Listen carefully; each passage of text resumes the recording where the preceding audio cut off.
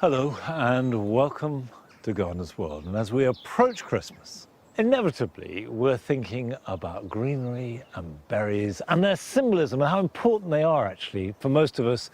Holly with a cluster of bright red berries is as much part of Christmas as a Christmas tree.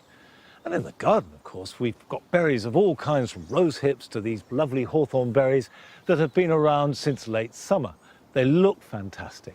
They are the seeds that carry future plants and, really important, for feeding birds, which keeps that cycle of wildlife going in our garden. And in today's programme, we will be looking at berries, fruits, vegetables, flowers, and all the best of gardening of every kind. Coming up on today's programme, Francis revels in the beauty of willow at the National Collection in Carmarthenshire. Now it's still quite early for proper willow catkins, but some of them, despite the frost, are just about to break through. You can see them here with some little downy fluff just beginning to be apparent. We meet a head gardener who has made rose pruning into an art form. You can start with just a rose in a pot and create a simple globe, or you can create huge freestanding structures that climb up walls and into trees. Rachel visits a magical winter garden full of wonderful topiary. I love a really good bit of topiary, and I have to say, it doesn't get any better than it is here. And Carol embraces the festive spirit with some home-harvested decorations. What I want to do is make a couple of wreaths. One that's all with seed heads, different stuff that I've collected all around the garden. And then the other one, I want it to be full of berries.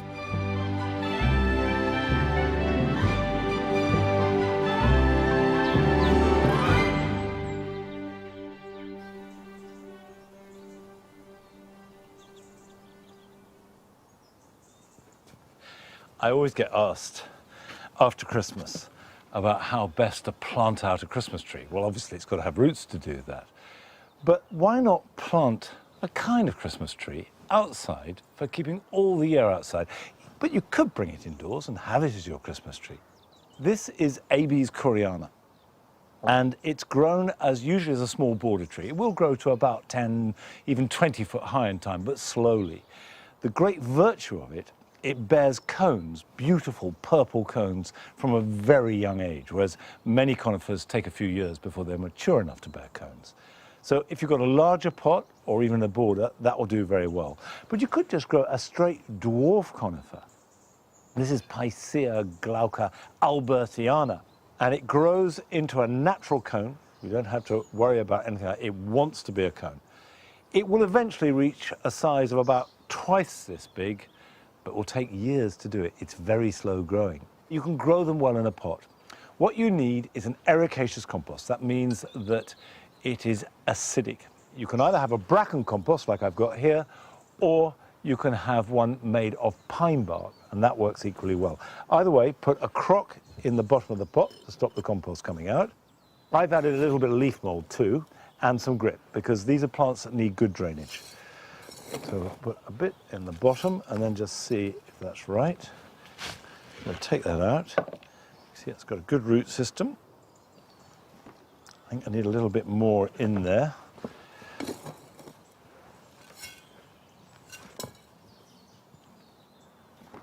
Perfect. And then just fill in around it. The drainage is important. You don't need too much feed for these. They've adapted to growing in fairly poor soils. And although they need good drainage, they do need moisture. You do need to water them. But if you're standing them on a hard surface, the good tip is to raise them up a bit. Put something underneath them so it can truly drain away. Otherwise, there's a risk that they sit in a puddle. And of course, you can bring them indoors, but like any Christmas tree, when it's indoors, it will last longer and be much happier if you keep it as cold as you possibly can. And Once it comes to putting this outside, you don't need to worry about the weather at all. This will cope with any weather that comes its way, as long as it doesn't dry out too much in the summer. Now, this will grow into a natural conical shape. But Rachel has been to visit a garden where the evergreens are brilliantly and skillfully clipped into a series of fantastic shapes. A garden in winter can have a peaceful, almost enchanting feel. But aside from the usual firs dressed in their Christmas best, the evergreens here at Cressy Hall have a magic all of their own, without the need for a single bauble or bow.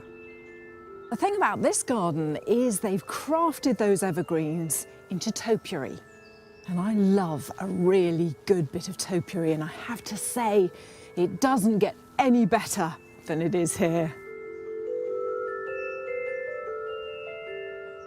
The garden is the creation of Janie and Michael Hill, who've spent the last 30 years turning this patch of Lincolnshire into a dreamlike garden, full of living sculptures in every shape and size. I do feel as if I've arrived in a sort of fairyland, a parallel universe. What was it like here when you first arrived? It was a potato field. Yes, absolutely. So how did it start originally? Janie's father had an ancient yew tree, and there was a complete carpet of little saplings underneath it. So we put those in pots, and then when we got here, we thought, oh, well, ideal place to plant them. Mm-hmm. We're not very good at flowers, so we just wanted things that were much easier, and it saves an awful lot of weeding. I think it just became sort of a passion. Obviously, it takes a while to grow, and then the shapes develop, and then you just got more and more passionate about it, and Yes. you know, moved further and further, and added more and more. And The whole garden is really a bit of an accident, I think. I think you've got a very active imagination. Maybe, yes. I always look at the ones on the lawn, and they're like ballet dancers. They're sort of twirling, and there's so much movement. It's wonderful. As a former dancer myself, I love that thought. Yes, I yes, can yes, exactly absolutely. see what you Well, mean. Yes.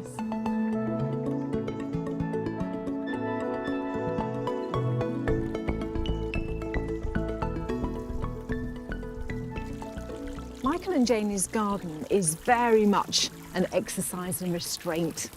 It relies on the three key evergreens used for topiary. So we've got box and bay and yew, but depending on what techniques you use, you can get very different results. And in this instance, it's box that's been very tightly clipped, rectilinear shapes, very symmetrical.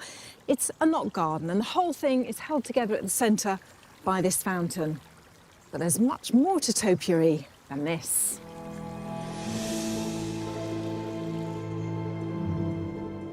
Now here we've still got the box hedging low down along either side of this path, but it's also lined by these magnificent bay trees that are on a single stem, and then the top part's been allowed to grow out and they've been clipped back into cubes. And I think what it shows is the contrast between leaf size and texture makes a big difference. So here the small leaves obviously on the box, and then the bay much larger and glossy and really sort of catches the light. I think they look magnificent.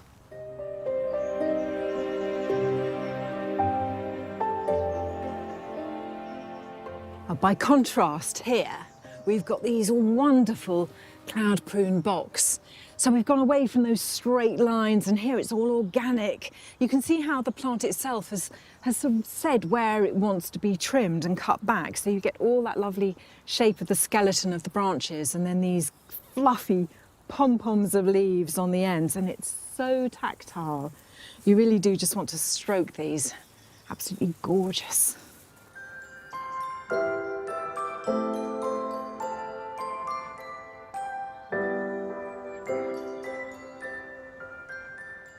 And finally, Michael's pièce de résistance, because you really feel here amongst these topiarized yews as if you've been shrunk down, as if in Alice in Wonderland, and you're surrounded by these extraordinary shapes, cones, corkscrews, spirals. It's really a bit mad, but they're just absolutely wonderful. This fantastic sense of movement across them. It really is enchanting. Although keeping these yews in shape is a year-round job, their main prune comes in late winter, before the new growth begins. There's a myth that yews are slow growing, and though it takes decades to produce spectacular examples like these, in a smaller garden you can shape a single specimen in a pot in just a few years. Finally, don't be afraid when shaping yews. They're resilient and can recover quickly from a hard pruning. So be brave and get creative, and in time you'll have your very own evergreen wonderland.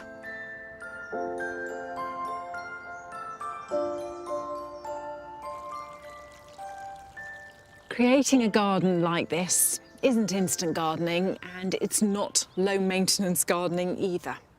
It's a passion, a real labour of love. And it just goes to show that if you're prepared to put in the time and the effort, you can have something as beautiful as this, and it's worth it.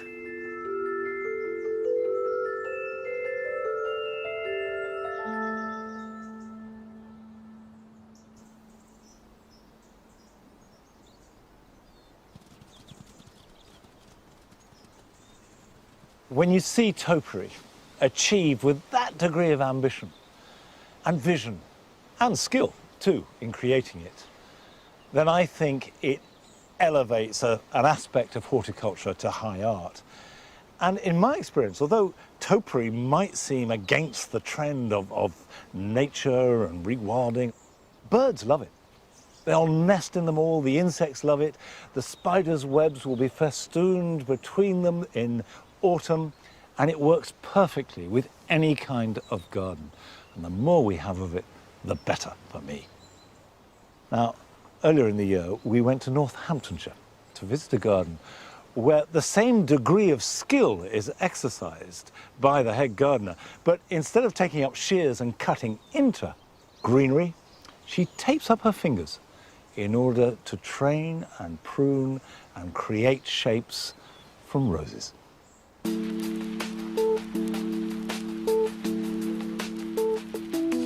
Given a choice, I would spend every single day of my life pruning roses.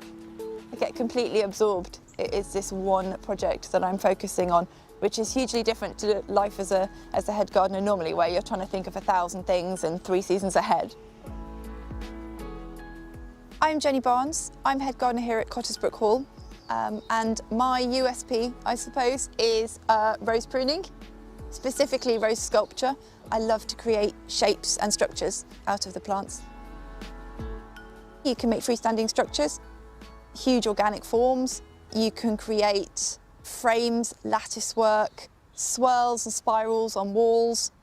I think what's lovely is you can do absolutely anything you want. The downside is obviously that roses are spiky, they're thorny.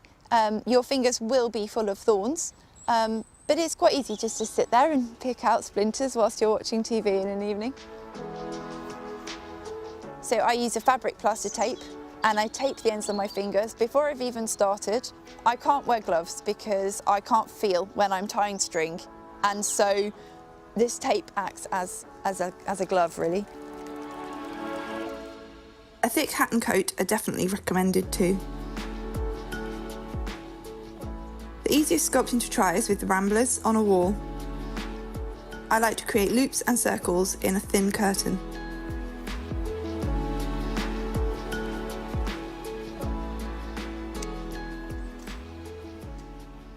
This rose is City of York, so it's a huge rambler. And this structure I created last year for the first time. At this end of the wall, this is what your roses at home probably look like. Still covered in all their leaves, a few dead heads, and ready to prune. This end, I've taken off all the leaves and I've cut out everything I know that I'm definitely not going to want. That includes branches pointing away from the wall, stems thinner than a knitting needle, and the usual dead or diseased wood. This is the growth that you need, really, the growth that you want. It's about 20 feet long sometimes with the big ramblers. when it's young and new, it's very soft, very pliable, and you are most able to bend it, shape it, manipulate the stem as you want it. As you'll be tying the stems to themselves and the wires, handy string is essential. Always use your string from the inside of the roll, that way it constantly feeds. And then what I do is I pop the roll into my top pocket, or you can use your hood if you don't have a top pocket. Go round your neck, under your collar or your hood to keep it secure, and then you can just tie with that one end. Because this is a structure made of lots of circles, what I'm looking to do is create a circle mimicking what's already there, but infilling any gaps that I might have had from last year. And there's a gap, so all I'm going to do is cross this stem, which I know can be controversial, but we're going to tie it really tightly so you won't get any rubbing. And I'll just loop my string around it. So I'm just going to do a really simple double knot, nothing complicated. I don't use a serpentine, a figure of 8, nothing. And then I'm going to hold it tight and cut the ends really tightly so that you don't get the tatty ends. And then that means you can move along knowing that that's not going to move. I'm tying to wires wherever I can, so it's really important to have a sturdy support system, as these roses get so heavy in the summer with all their leaves and flowers. Now, I love the negative spaces that you create between the stems, and I don't like it when they're very busy. You get a lot crowded. That to me is too close. If you step back, it looks quite dark, quite dense. So you can just move the individual stems. So I'll do another tight double knot. So this new stem here, you can see that it's got a change in direction of growth. So the rose tells you really where it wants to go. So again, what I'm going to do is tie it to the wire.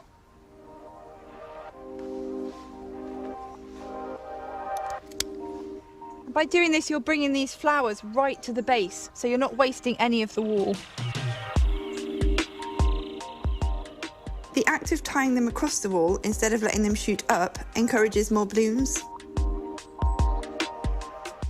So in the summer, the roses fill this space from top to bottom. Climbing roses have tougher stems, so they're best wrapped around a frame. I tend to make a lattice, which looks great in the winter and becomes a dome of flowers in the summer.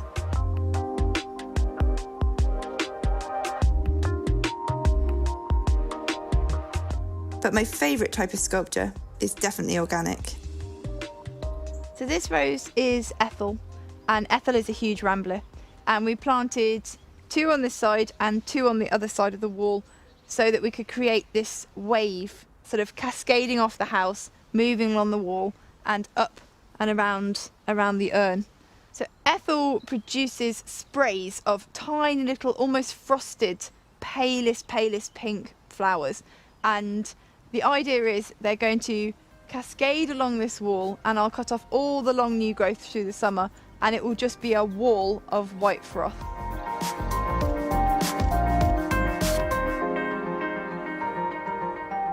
It's a labour of love. You can start with just a rose in a pot and create a simple globe, or you can create huge freestanding structures that climb up walls and into trees. It's art, really.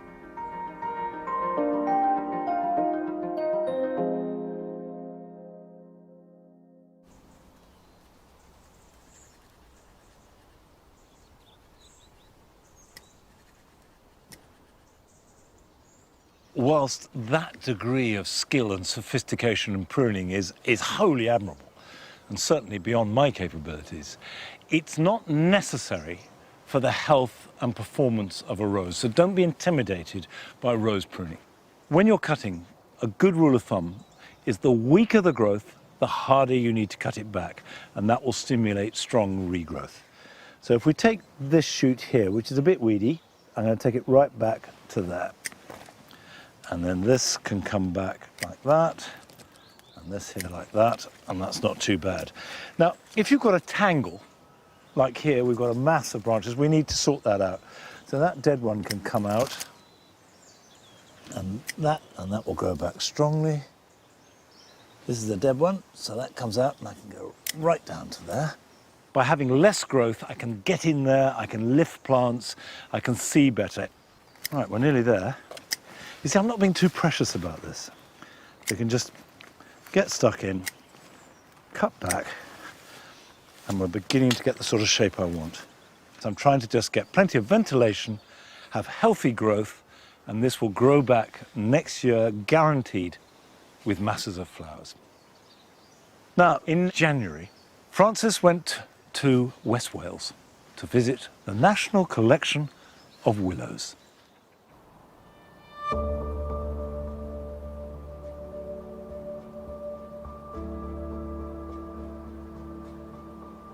Often the colours of the winter garden are muted and monochrome. And at first glance, this hillside in Carmarthenshire might look just the same, but scratch beneath the surface, wait for that frost to thaw, and pretty soon this will be ablaze with colour.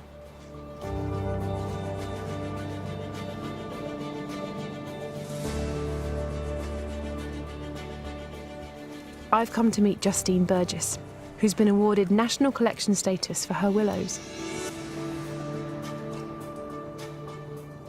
Justine is a basket maker and coppices her collection to weave with. Hello, Justine. Oh, hi, Frances. Lovely to meet you. Whether you weave or not, February or March is the best time to hard prune willow before it comes into leaf. Well, the colours on the willow are most vibrant on the fresh growth. So this is 1 year's growth. As it gets older and more branchy, the vibrancy goes. So in order to keep that, we coppice annually. What's this one that we're working on? So this is Yelverton, which is a weaving willow, but also it looks beautiful in the garden. And you can see almost the top of it's scarlet. Yeah. And as it goes further down, it turns more orange. So it's absolutely stunning this time of year, especially when the sun's on it.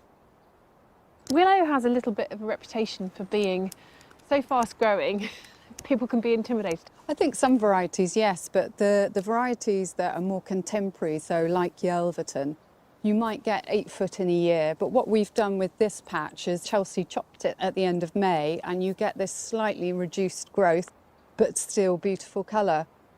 The fact that it is quick growing means you can have a hedge in just a few years, and if it gets tall too big, you can cut it back as hard as you want. Absolutely.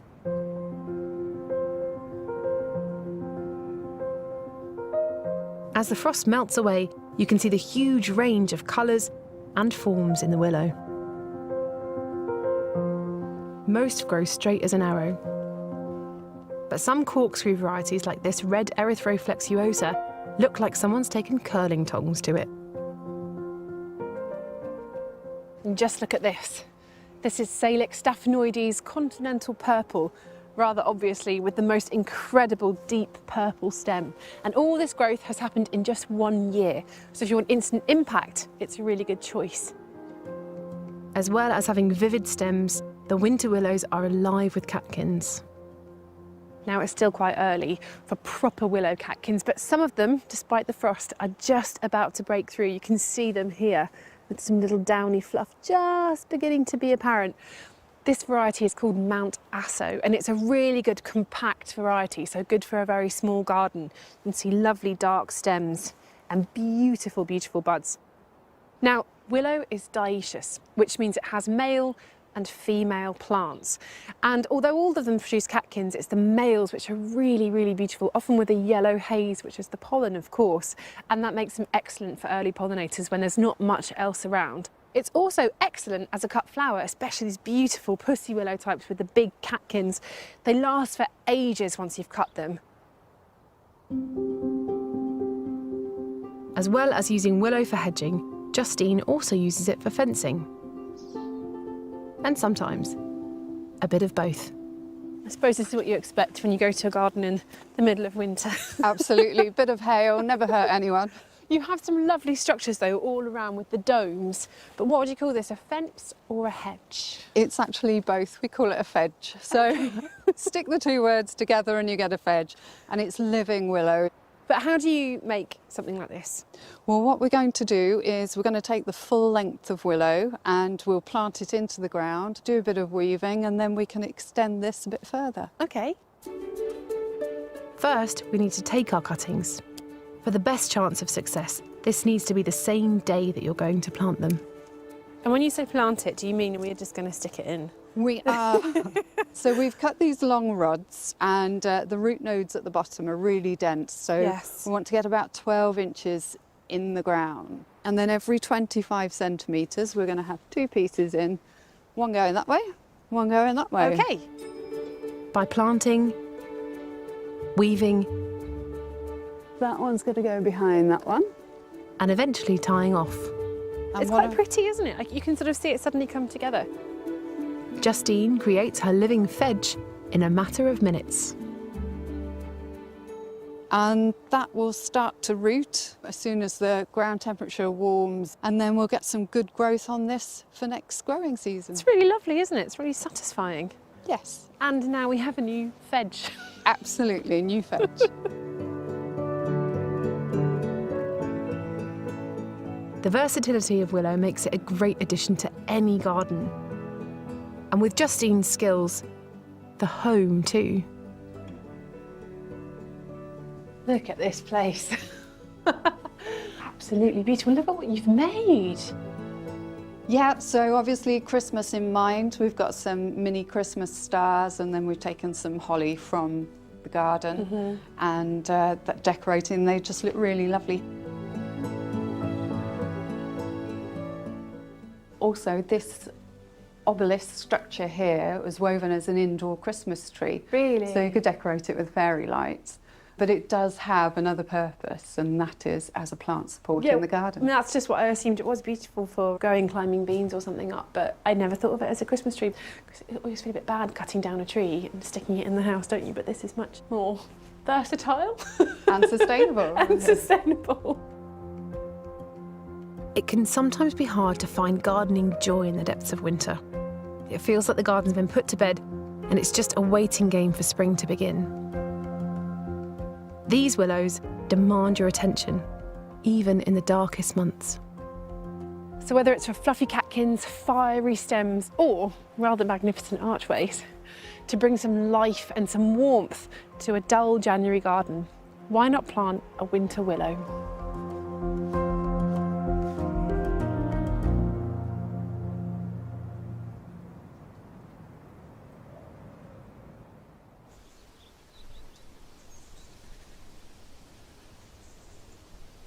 I think those colours coming out from the fresh bark of the willow on a crisp, cold winter's day are absolutely spectacular. And when I first came here to Longmeadow, and this was a field, I bought a bundle of willow cuttings. I remember pushing them in the ground, thinking, this is marvellous, you know, this is easy gardening. But gradually, some of these willows that I didn't coppice grew into quite substantial trees. There's one left, this one here. And you can see this is this year's growth. And it's about 10, 12 foot of growth. And this is the thickness of the cuttings I put in. And this is the cutting. This tree, which goes right up there, is what it's become. So I would stress that keep coppicing. Willow will take endless recutting. Coppice them every year or every other year, and you get those lovely, bright, shiny stems, which, if you're clever, you can weave into baskets, but if not, just enjoy them in the garden, coppice them back, and they will grow back year on year. Now, still to come on today's programme. We meet a gardener in Lancashire who has created an impressive low-budget allotment that reaps rich rewards. I'm Kelly Howarth from Bury, Lancashire, and this is my allotment built from recycled, upcycled finds with a little bit of help from my husband, Eric. Poor guy. And we join Carol as she prepares for Christmas by making wreaths using materials all taken from her own garden. I think that's not so bad, is it? It's a nice Christmassy start. But there's something else in the garden that I've had my eye on, and I really want to see if it'll work. Bit of an experiment. I just hope I can reach it. But first, it's one of your films. And this one comes from Stephen Dunn. Hello, Gardener's World. I'm Stephen, and I'm coming to you from the southeast of England in Kent, near Deal. A very good tip that I came across, which is when you buy a bunch of roses from your supermarket or any florist, sometimes what you find happening is from the stem, you'll start to see, after a week or so, a little shoot which comes out of the leaf node. What I do usually is cut off the flower, cut off the larger leaves, like so, and you will see new shoots appearing out of the leaf nodes. Then I cut at an angle like that, and you're left with a clean cut, which I then place in water for about a week so that the cut will harden. Because if you put it straight into soil, you'll get infections. And then what happens is you get these little new plants, all for the one price of a bunch of roses.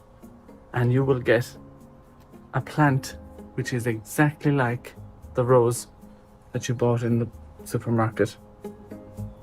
And there you have a new plant for free.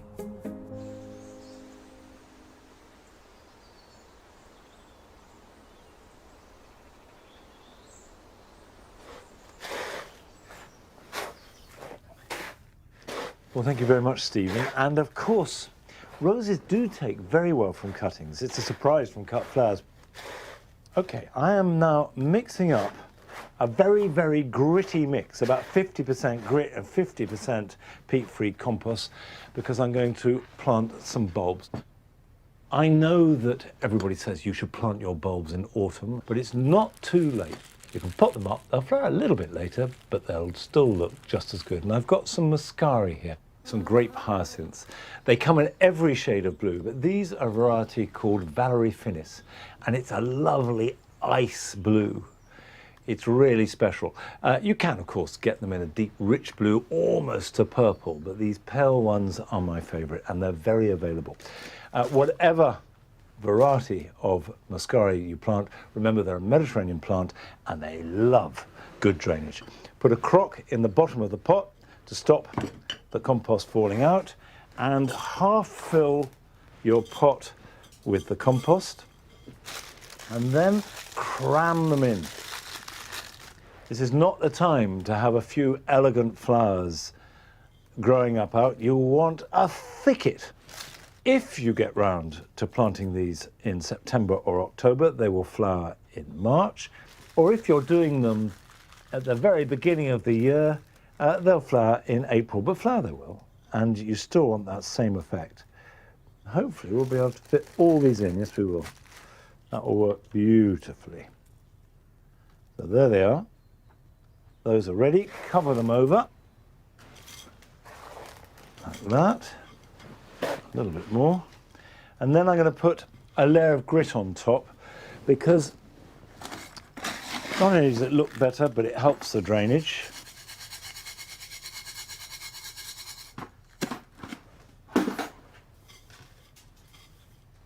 Give that a soak. Put it somewhere where it's protected from the rain. As long as it's covered, it doesn't need to be protected from the cold in any way at all. And when you start to see the shoots appearing, which will probably be around about March time, water it again, and then as soon as the buds appear, you can bring it outside and put it somewhere where you can look at it every single day and enjoy that really lovely shade of blue. Now, back in the summer, we went to Lancashire to visit an allotment. And like allotments the world over, the owners have upcycled, recycled, scavenged, used ingenuity wherever they could, not just to make it productive, but to make it look good too.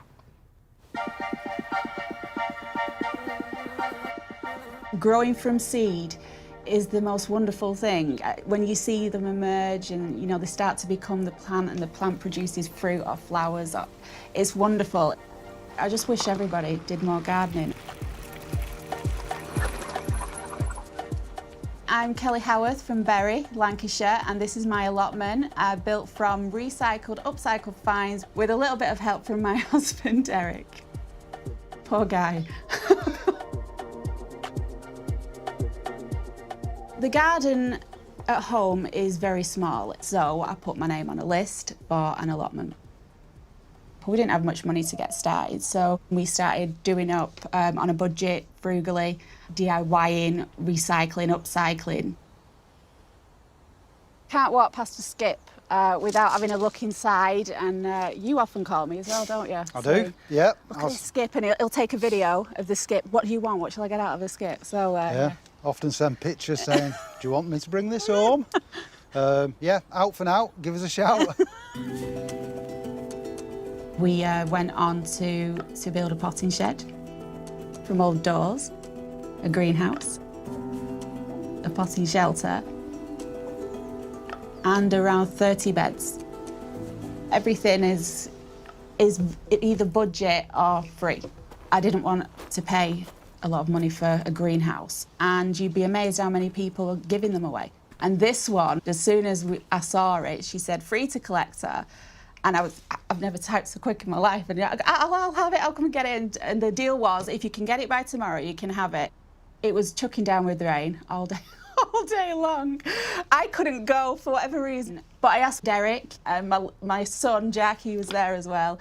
And bless them, together, it took them about 7 hours to dismantle, it all. It took us a few weekends, but we got it built, and then I started filling it. Growing some flowers and calendula and chamomile. Tomatillos, which is like a tomato in a bag, basically. I'll grow loads of tomatoes, then I put them in a big catering pan, and I do enough sauce, well, as much sauce as I can make that will hopefully last throughout the year. So I have 4 children. Nothing gets wasted in my house, nothing. And then we've got cucumbers. Look at that one. In the greenhouse, I have these raised beds. I needed to make quite a few beds, so I went out and bought pallet collars. They're used for transporting goods, bulky goods. Your base is a pallet, and then these are stacked on top to form walls, to form a box of sorts. And then after the goods reach the destination, these are generally tossed away, and then, but make ideal beds. And as long as you paint them and protect them, they'll keep for quite a few years. This is the shelter we made. This was originally a half-demolished shed. It was a potting shelter, but now I find it's more useful as drying. So for the garlic and any seeds, I've got lupin seeds, foxgloves, there's even some sage here. The lupin seed pods are perfect now, so I'm going to get lots of beautiful flowers out of these. It just saves money as well, doesn't it? Instead of keep buying lupin seeds. And although seeds are only £1–2 a pack sometimes, it adds up when you're buying, if you're like me, you want to grow everything and you've got 30–40 packs of seeds. So I learned quick that perhaps I should be saving my own seeds and growing from them.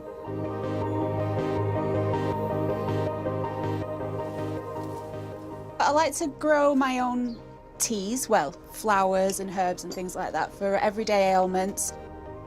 We have calendula. Sore throats, great for winter.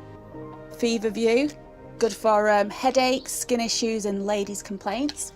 Nettle, I grow this for my husband Derek because he has sore joints sometimes. So this is good for sore joints and aching muscles. Got a few more jobs after that. I'm sure you have. I have. Thinking about another potting bench. Keep thinking.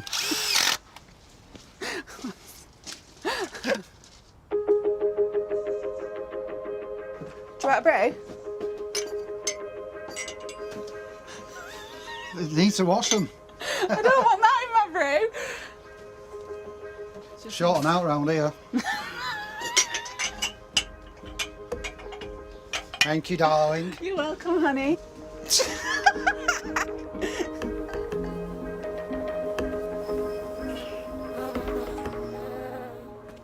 These paths were actually grass. It was all boggy and dirty. So I had some leftover wallpaper. So I rolled out some wallpaper and we got a load of wood chip and put it on top of the wallpaper, and it seems to have actually kept the grass at bay, no weeds or anything.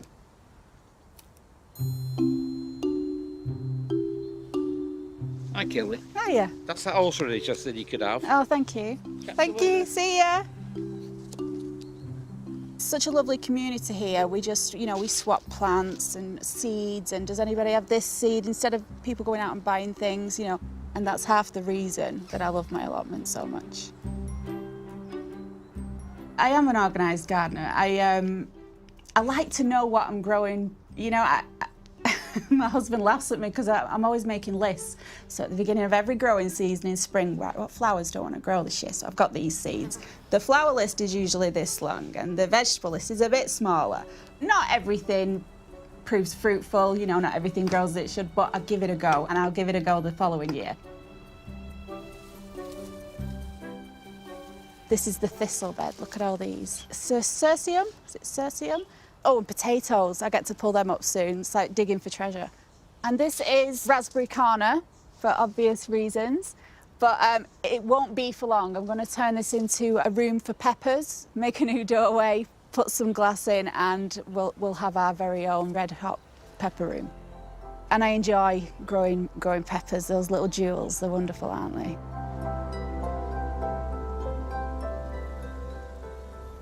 Gardening is just very peaceful. It's good for the heart, it's good for the soul, the mind. Sometimes Derek will have to call me and remind me that you should really come home now, Kelly. Because and it's not always gardening. Sometimes I just come here and sit and have a cup of tea, and I sit here and it's so quiet and it's so calming. It's just incredibly special to me, this place. I'd be lost without it.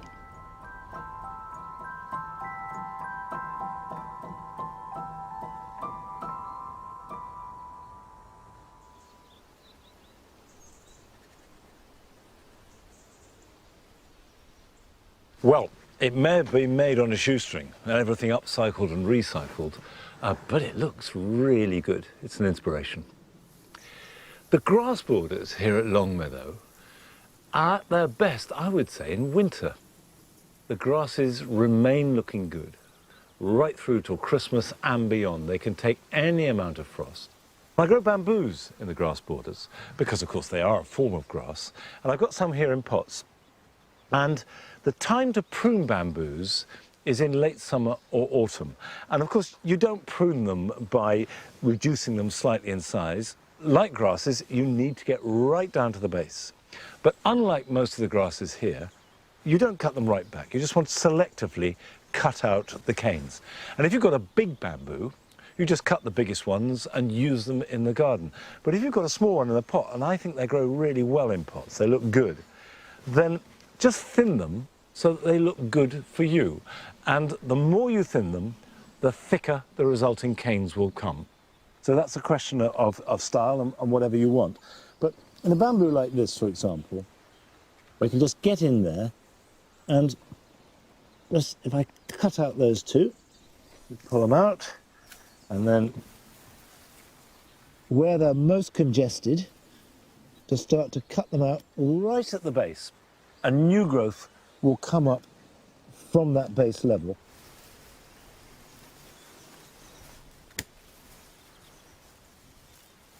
And this will help get a bit of light and air in there too, which never does any harm.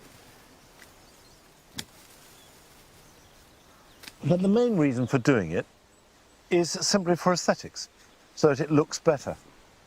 I know a lot of people get very worried about bamboos, that somehow they're going to take over. But obviously, growing them in a pot means that that is not a problem. Just put them in a pot, and if you want it in the ground, just sink that into the ground. Right. I don't want to do too much. I just want to thin it out lightly.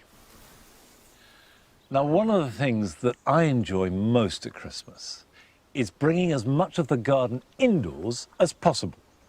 Of gathering material to deck the hall and make the house green and rich and celebratory. And we join Carol as she is doing just that.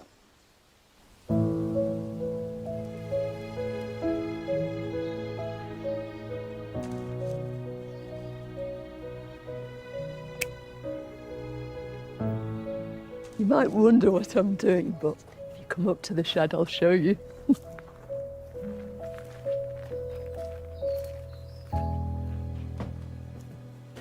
Welcome to my shed. Now, usually this is a scene of all sorts of seed sowing, taking cuttings. It's a hive of activity. But today, it's been magically transformed into my Christmas grotto.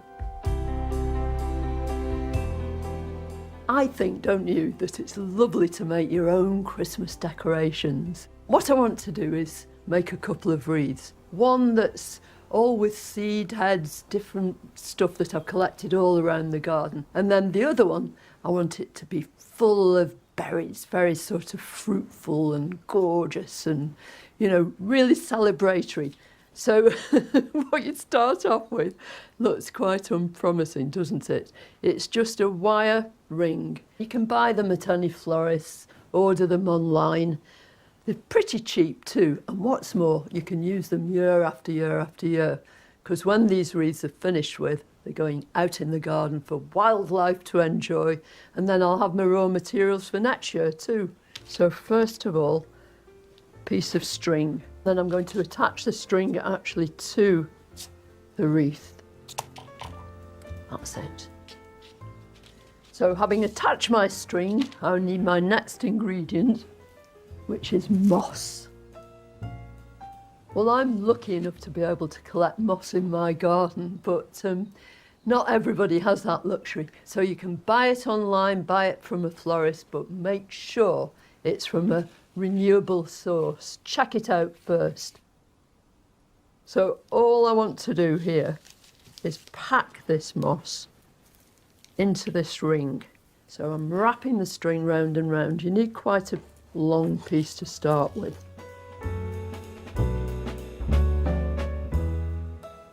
So that's just your groundwork or your moss work, but the really exciting part starts now. This hawthorn has sort of suggested to me a really easy and straightforward way of getting a bit of an instant effect. It's very, very bendy, and I can just put it right the way round here, wire it in, and I'm off to a flying start. And what I'm using is this stub wire. So I've had this for years, it's made many a wreath, and all it is very malleable steel wire. And you can get it from any florist shop or you can buy it online.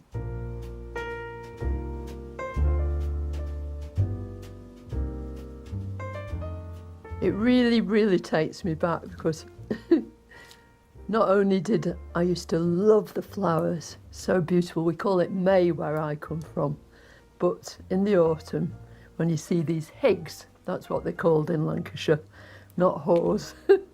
And my brothers used to use them for catapult ammunition because they're really, really hard and they'll last right the way through the winter. And I'll tell you what, I've got personal experience of just how hard they are. I think that's not so bad, is it? It's a nice Christmassy start.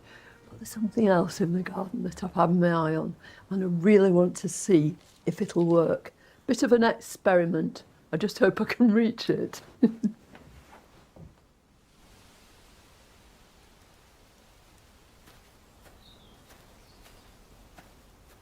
So this is probably the biggest tree in my garden and certainly one of my favourites. It's Cornus Norman Haddon, and in the spring it's covered in these great big creamy bracts, but at this time of year they're replaced by these wonderful fruits. Can you see them? They're all hanging from the branches like little baubles. So I think they're going to be absolutely perfect to adorn this wreath. I think they're smashing, just the job. A lot of them are green now, but some of them are beginning to turn red. How about that for festive? It's great, isn't it? Make a good pair of earrings too, but I better restrict its use to this, I think. And I'm going to use, obviously, rose hips. I mean, they're perfect. I've wired that one up. I'm going to add some beech nuts. Aren't they beautiful? They're like little flowers. I think that's a really good start, but what I want to do now is embellish it with all sorts of berries, nuts, fruit, all manner of things. One of the things I love best about gardening is the way you can watch the progress of your plants, their development, the way they change gradually right the way through the year. I love to see those new shoots and then the flowers, but eventually the seed heads themselves, sometimes they're at their most beautiful then. And I want to collect a few of them to go into this wreath. This has to be one of the sunniest bits of my garden. And this eryngium, the sea holly, thrives here. You can tell how much it loves living here. And first of all you can see are these leaves, and then up come these really sharp, bracted flowers, and they're all silver.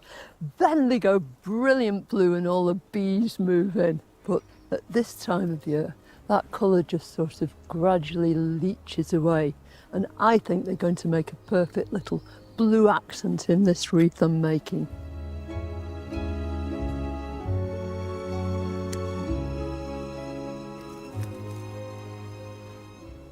Just look at these. Aren't these ideal? I'm just snipping away at everything. It's a perennial honesty. It's Lunaria rediviva. And when you actually remove the outer cases of this, they're transparent and silver. They're cross between sort of shining and sparkly. Very appropriate for Christmas. So many seed heads are very ornamental, truly decorative. And it's rather a lovely feeling that you can make maximum use of everything that's in your garden. The first one was all about fruitiness and, you know, rich and very red. But this one is a much more sort of subtle affair, almost entirely composed of plants from the umbel family. I've got Ami in here, and then I've got a little bit of Angelica sylvestris in there. And then the eryngium too is part of the same family. And I think that's really the star of the show. And I think perhaps I've got to add a couple more bits of this as well, and a few more eryngium heads, and then I think we're done. Well, I've really enjoyed making these wreaths, and I hope I've inspired you to have a go at some stage too. And I know that my family are really going to enjoy these. And then the wildlife can tuck in later too. I hope you all have a really, really happy Christmas.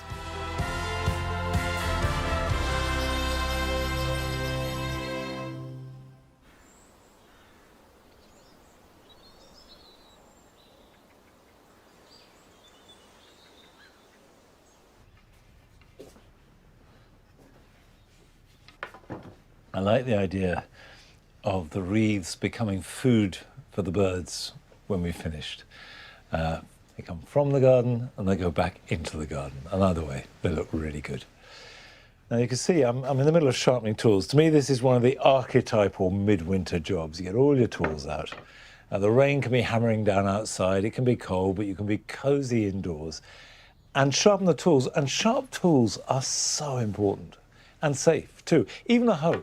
If you sharpen a hoe and get a really good edge on it, and sometimes a file is the best thing for that, you'll find that it's so much easier to work. And because it's easier and more effective, you'll use it more, so therefore you'll have fewer weeds. And that's what a hoe should be like. I mean, we're much more used to having secateurs and things sharpened. It's not just a question of sharpening them, it's cleaning too. So secateurs, for example, inevitably accrue a kind of black stain on the blades. And they get that because you get the oils from plants, you get juice that comes from the stems. It's completely natural, it happens to everybody, but you do need to clean it off regularly. So what I do is I will use wire wool, get a bit of wire wool, and give them a good scrub. And it doesn't, you can get different grades, but you can get a lot of it off. It's difficult to get the whole thing off. And inevitably mine are a bit rusted because I leave them outside occasionally.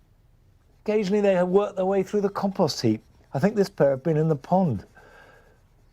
We all do that, but that doesn't mean to say that you can't rescue them, work them through, and then sharpen. Now, there's lots of different ways to sharpen it. It's worth getting a good stone or a really good bit of sharpening. This, by the way, is an abrasive rubber, and it's got grit inside it. So as you rub it away, it's rubbing away rust and goo, and you can see those are cleaning up a little bit.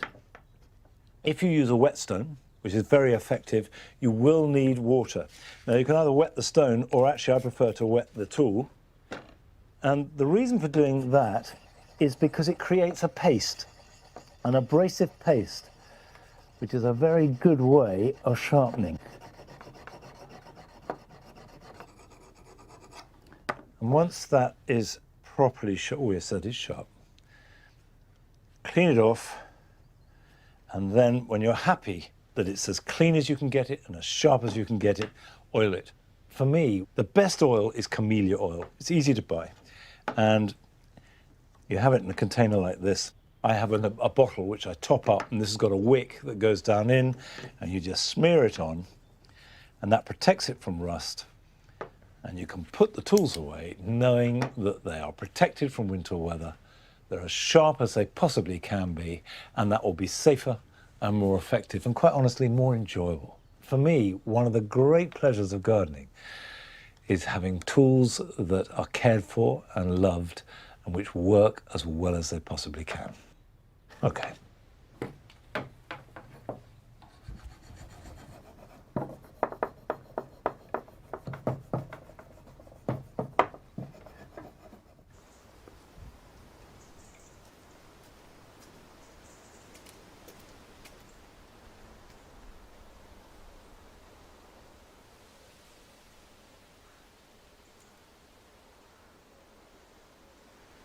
Well, that's it for today.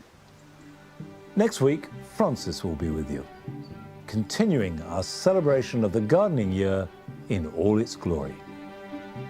We have some new films featuring plant obsessions, inspiration to get your winter garden sparkling, and some jobs to get it ready for next spring. So what I do before I put them out in the garden and just divide it, and then they go on the windowsill. Once they finish flowering, then they'll go out in the garden. The light in a winter garden has an almost magical quality. In this garden, every minute of light is captured to create a space which shines even in the depths of winter. The history of glass houses truly began with the cultivation of citrus. To keep citrus thriving in a British winter took great ingenuity. It's where the term greenhouse comes from, a place to overwinter your evergreens. And so, from myself and the dogs, bye-bye.